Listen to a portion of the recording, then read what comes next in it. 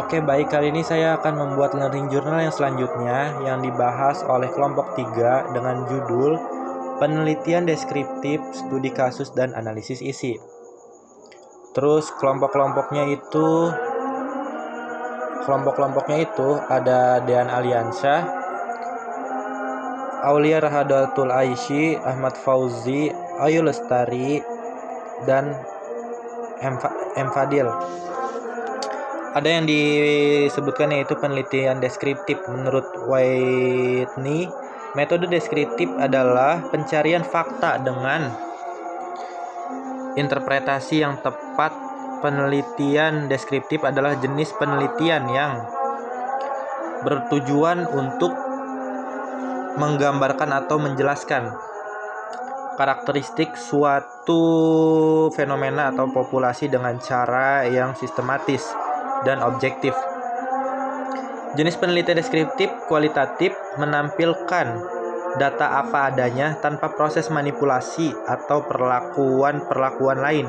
Tujuan dari penelitian ini adalah untuk menyajikan gambaran secara lengkap mengenai suatu kejadian atau dimaksudkan untuk mengekspos dan mengklarifikasi suatu fenomena yang terjadi. Lalu ada prosedur penelitian deskriptif, mengidentifikasi adanya permasalahan yang signifikan untuk dipecahkan melalui metode deskriptif kualitatif, membatasi dan memutuskan permasalahan secara jelas, menentukan tujuan dan manfaat penelitian, melakukan studi pustaka yang berkaitan dengan permasalahan, menentukan kerangka berpikir dan pertanyaan penelitian, lalu mendesain metode penelitian yang hendak digunakan, termasuk dalam hal ini menentukan populasi sampel, teknik sampling, menentukan instrumen pengumpul data, menganalisis data, dan menginterpretasi data, mengumpulkan, mengorganisasi, dan menganalisis data dengan menggunakan teknik dalam penelitian kualitatif yang relevan, membuat laporan penelitian.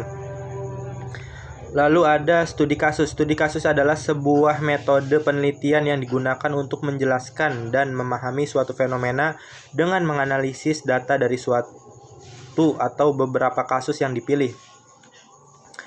Berbeda dengan metode penelitian lainnya, perspektif studi kasus melibatkan orang-orang yang terlibat dalam peristiwa yang sedang dipelajari. Metode penelitian studi kasus melibatkan beberapa jenis pertanyaan seperti siapa, apa, di mana, bagaimana, dan mengapa. Karakteristik studi kasus itu analisis isi adalah metode penelitian yang digunakan untuk mengkaji isi komunikasi dalam berbagai bentuk seperti teks, media, dan simbol. Dalam penelitian kualitatif, analisis isi lebih menekankan pada pemaknaan daripada pengukuran kuantitatif. Beberapa ahli mendefinisikan metode ini secara berbeda. Menurut ahli Holsti mendeskripsikan analisis isi sebagai teknik yang bertujuan mengidentifikasi karakteristik pesan secara sistematis dan objektif. Sementara itu, Krippendorff menekankan bahwa analisis isi adalah teknik yang menggunakan inferensi yang dapat diuji ulang dan valid. Lalu ada Harold Laswell sebagai salah satu pelopor memperkenalkan teknik pengkodean simbol dalam analisis isi.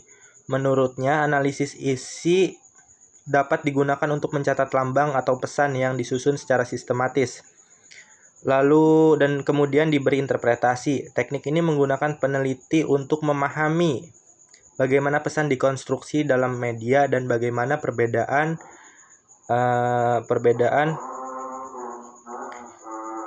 sosial dalam masyarakat dapat dipengaruhi oleh media. Analisis isi juga membantu mengukur kecenderungan dan akurasi produsen pesan serta menentukan arah dari isi komunikasi tersebut.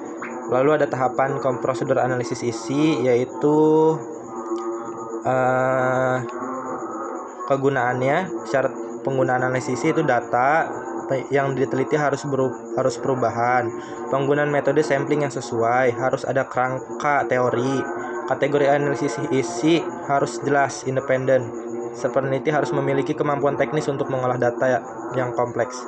Lalu kelebihannya tidak mempengaruhi objek penelitian, relatif murah dan efisien, dapat menganalisis data yang terdokumentasi. Ada juga kelemahannya, sulit menemukan sumber data yang sesuai, tidak bisa melihat hubungan sebab akibat, memerlukan waktu yang lama untuk analisis data besar. Sekian dari saya, kurang lebihnya mohon maaf. Wallahul muwaffiq ila aqwamit thoriq. Wassalamualaikum warahmatullahi wabarakatuh.